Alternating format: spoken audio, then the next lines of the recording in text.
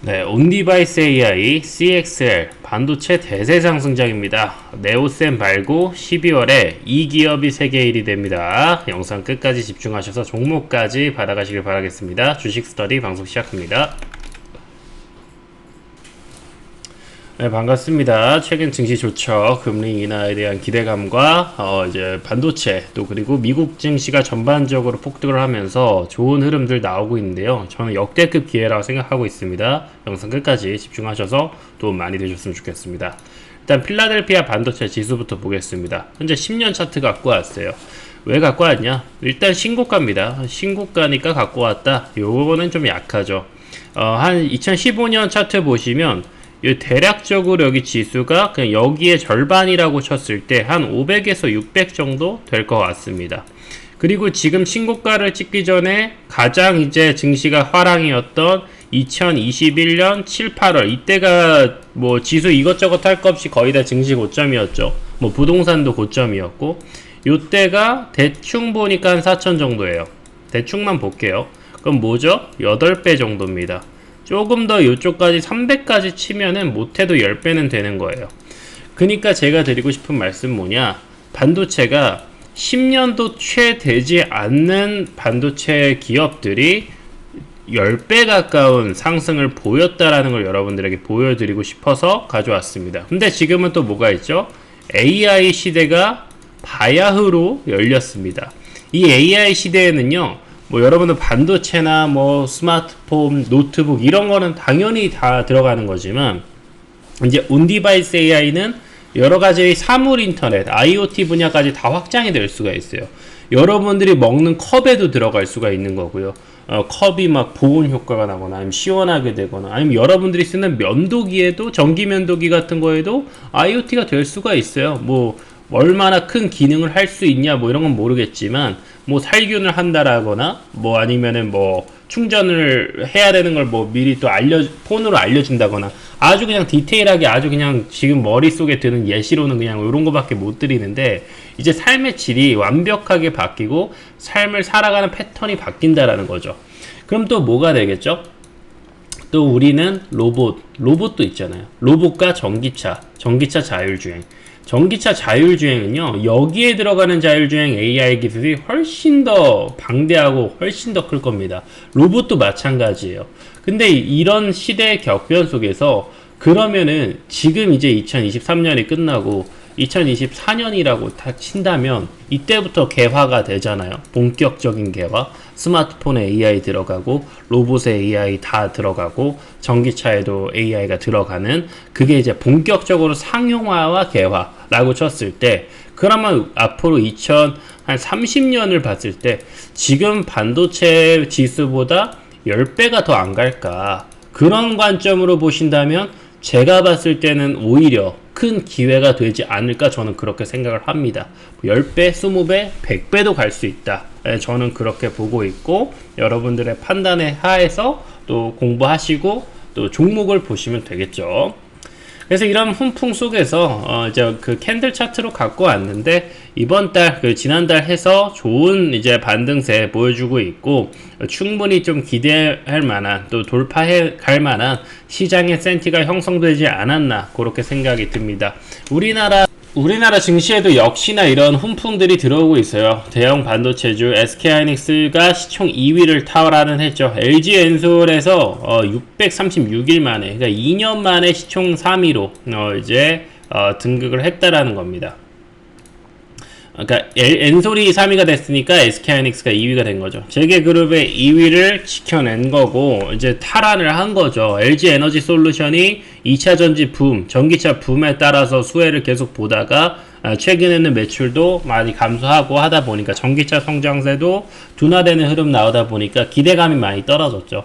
이것도 뭐 또 내년에 다시 또 좋은 기회가 올 겁니다. 그건 또 잡아 드릴 거고 당분간은 좀 반도체 업황에 따른 개선, 반도체 이번에 또 CES도 있는데 이미 대상 쪽에서는 반도체가 확정이라는 얘기도 나와요. 그러니까 내년 1월이거든요. 그러니까 1월 효과까지는 일단 내년 3월까지는 반도체 쭉쭉 보셔라.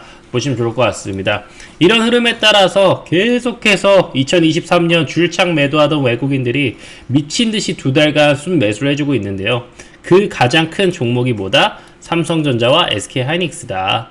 이렇게 들어오고 있다라는 거예요. 14일, 그러니까 어제 기준으로 순매수가 들어오고 있다라는 것이고, 또 우선주 금액까지 합치면 우선주 금액도 삼성전자 못해도 1,000억 가까이 될 겁니다. 그러니까 그런 금액들도 있다라는 것들.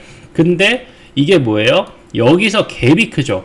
SK하이닉스와 셀트리온과의 갭이 엄청 커요. 셀트리온도 800억 순매수가 들어왔음에도 불구하고 어찌됐든 간에 갭이 엄청 크다라는 거. 그런 걸 감안한다면은 셀트리온이나 뭐 여기 보시면은 바이오들도 몇 개 보여요. HLB도 있고. 그래서 바이오도 수급이 괜찮고, 또 플랫폼 쪽 네이버랑 카카오 쪽 있고, 이제 뭐 같이 연동하면은 하이브 엔터도 나름대로 플랫폼으로 진화하려는 그런 흐름들도 있고, 이제 포털들과 제휴하는 부분도 있으니까 2차전지 소재 쪽에서 퓨처엠이랑 BM도 저가 매수가 들어오고 있고, 포스코 홀딩스까지 같이 이렇게 딱 군이 형성이 되죠. 그러니까 이제 좋아지는 거예요. 다 좋아지는데 가장 핵심은 뭐다? 반도체다. 이런 반도체 흐름들, 좋은 이유들, 아무래도 이제 금리 인하에 대한 훈풍 때문에 좋은 흐름도 있겠지만은 온디바이스 AI 발호황이 지금 전 세계적으로 이어지고 있다는 것이고, 갤럭시 24 스마트폰뿐만 아니라 PC와 웨어러블 기기까지 온디바이스 AI가 적용이 되면은 삶의 질을 완전히 바꾸는, 마치 아이언맨이 자비스를 써서, 자비스 뜻이 뭔지 아시죠? 잡이 아니고 just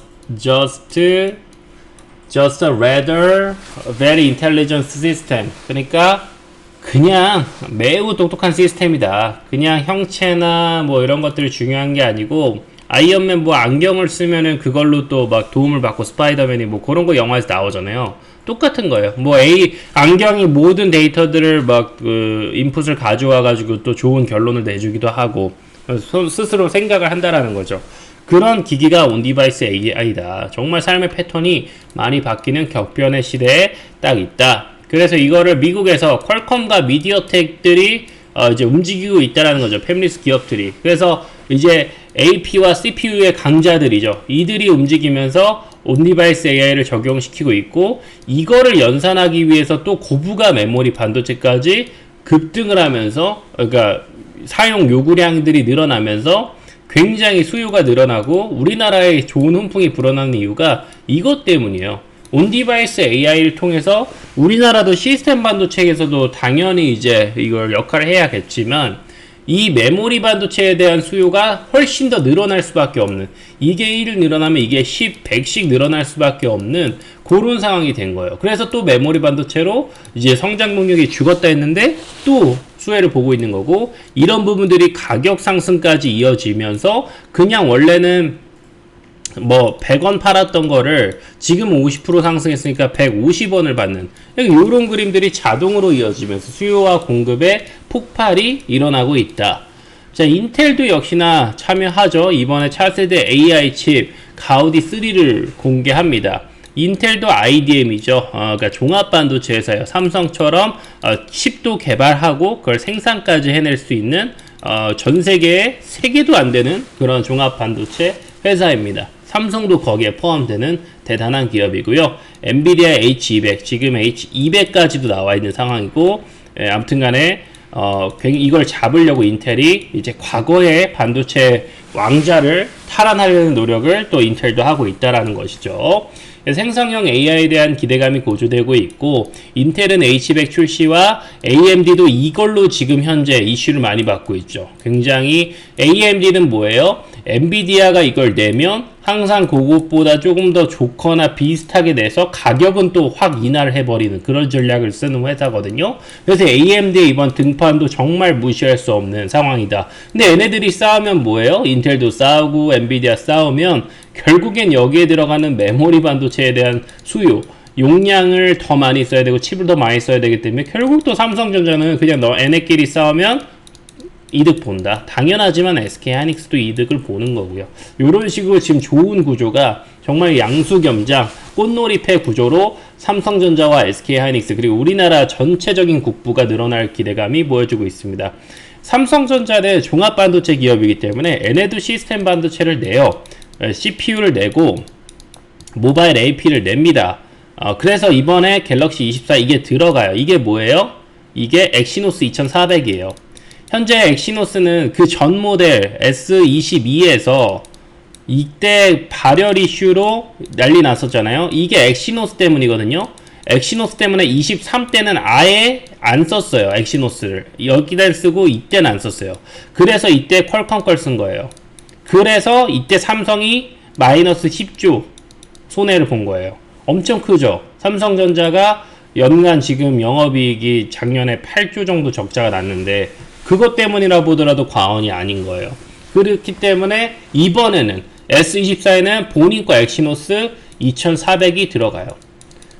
플래그십 모델이 아니라 S23 저가형 모델에서 엑시노스 2200을 다시 넣어봤고 이때 성공했어요. 좋은 평 받았고 이번에 플래그십으로 들어가서 증명하면 시스템 반도체 우리나라 점유율 3%밖에 안 되는데 삼성전자가 이번에 등반해서 또 이 시스템 반도체 파이까지 가져오게 되면 대박인 거죠. 게다가 또 뭐가 들어가죠? 가우스라는 삼성이 만든 AI, LLM AI가 들어가서 제대로 된 온디바이스 AI를 이것마저도 종합 온디바이스 기업으로 거듭나게 된다. 뭐 반도체, 시스템 반도체 만들어, 메모리 반도체 만들어, 소프트웨어도 있어, 기기까지 있어. 또 갤럭시 북도 들어가죠.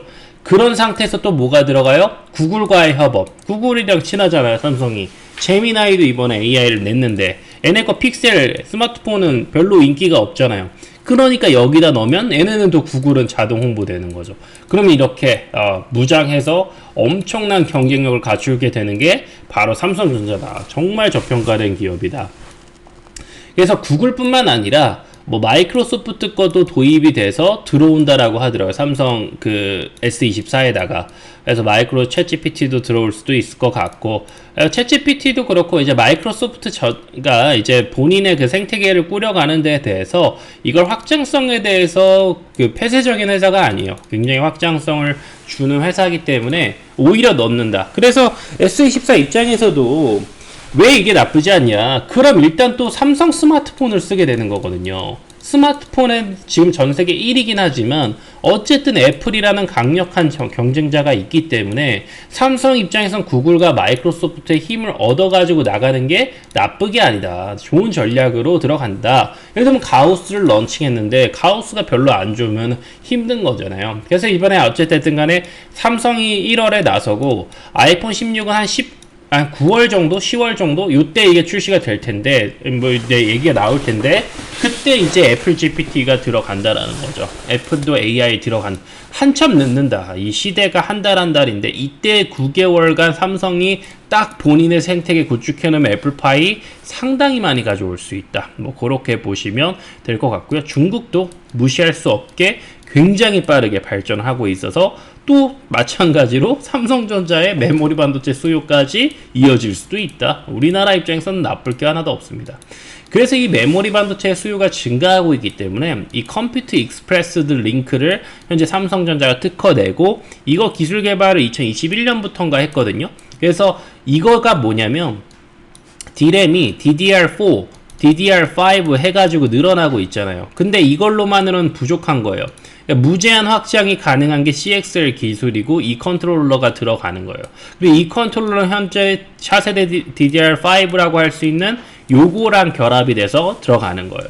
그래서 무제한적인 메모리 확장이 이론적으로 가능한 그런 상태가 돼서 효율적으로 대용량, 고효율의 처리들을 해낼 수 있는 그 D램의 기술이 CXL이다. 그래서 이거를 삼성전자도 노력을 하고 있고 전세계 반도체 기업, 전세계 빅테크 기업도 노력을 하고 있고 삼성전자 그동안은 중국에서 구매했지만 본인이 직접 개발해가지고 앞으로 D램의 확장까지 더 늘려갈 수 있다. 이제 CXL은 계속 많이 채택될 겁니다.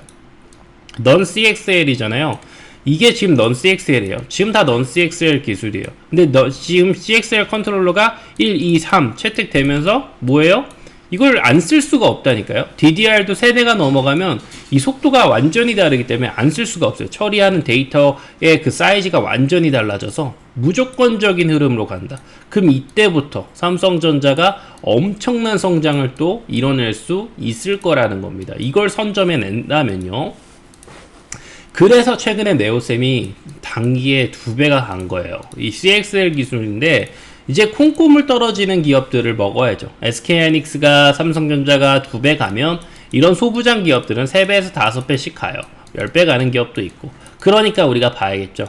2017년, 18년 반도체 슈퍼사이클이 드디어 왔고 어나더 레벨로 온다. 그래서 네오셈은 세계 최초로 CXL D램 검사 장비를 상용화했고 SSD 검사 장비 점유율 1위이기 때문에 이런 메모리 반도체 테스트에 대한 기술력은 굉장히 높다라고 할 수 있습니다. 그래서 이런 부분에서 우호적인 시장 환경이 조성되기 때문에 네오셈이 단기에 이렇게 올라간 거예요. 주봉 차트고요. 이게 한 3,600원이고 이제 고점으로 치면 거의 8,000원까지니까 뭐 2배 가까운 상승을 보였습니다. 이거는 3,600원 아니고 한 4,000원에서 8,000원 간 거니까 약 2배 가까운 상승을 보여준 게 어디다? 네오셈이다. 그럼 또 콩고물 떨어지는 기업을 봐야 되는데 콩고물 말고 그냥 진짜 CXL 하는 기업을 찾아봤습니다. 근데 하는 거는 뭐가 있어요? 삼성, SK하이닉스 말고는 오픈엣지 테크놀로지밖에 없어.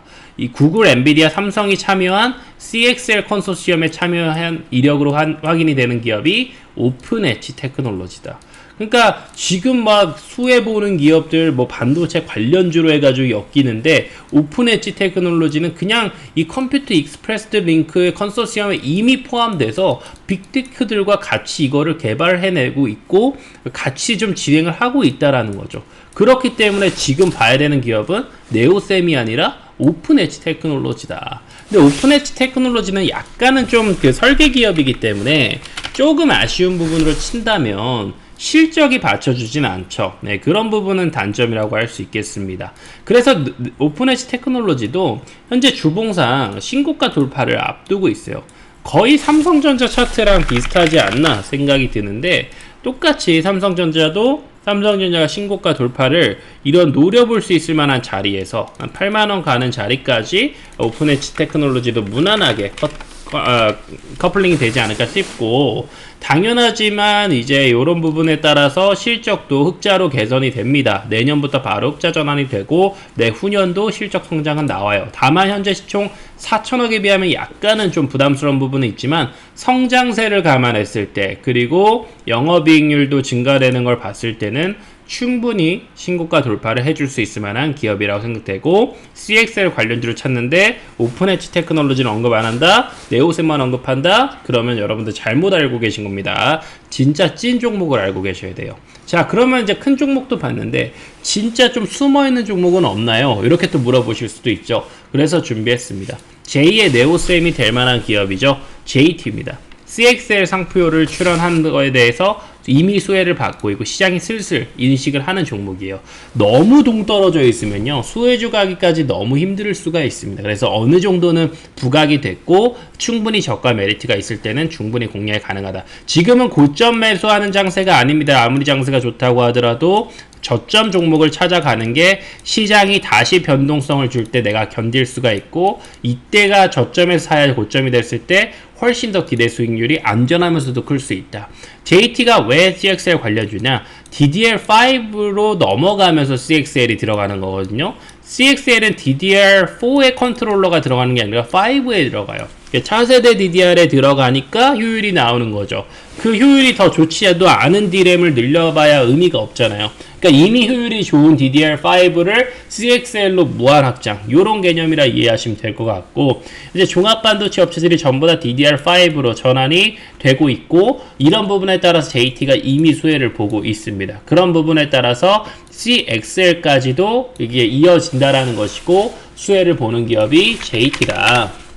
그래서 현재 JT 주봉 보시면요, 일단은 주에 7% 정도 주봉상 상승 다이버전스 나왔고 스윙 지표 나왔어요. 게다가 지금 뭐가 붙었다? CXL 테마가 붙었다. 근데 현재 이 기업은 시총 800억 대비해서 현재 그 영업이익이 150억 나오는 비교적 엄청난 저평가 기업이라고 할 수 있어요. 그리고 기존에 더 비쌌던 가격에서도 수급이 들어온 이력이 있어서 지금 자리는 충분히 저가 메리트, 차트로 보나 실적으로 보나 그리고 테마로 보나 충분히 저가형 자리에 있기 때문에 현재 오픈엣지 테크놀로지는 시총이 거의 4천억 후반대고 네오셈도 최근에 많이 올라서 거의 3천억대 육박하는 상황이기 때문에 차라리 조금 더 저점 종목을 찾는다면 JT까지 보시면 어떨까 싶습니다. 주식 스터디였고요. 주식 스터디는 현재 여기 주식 스터디 방을 운영을 하고 있어요.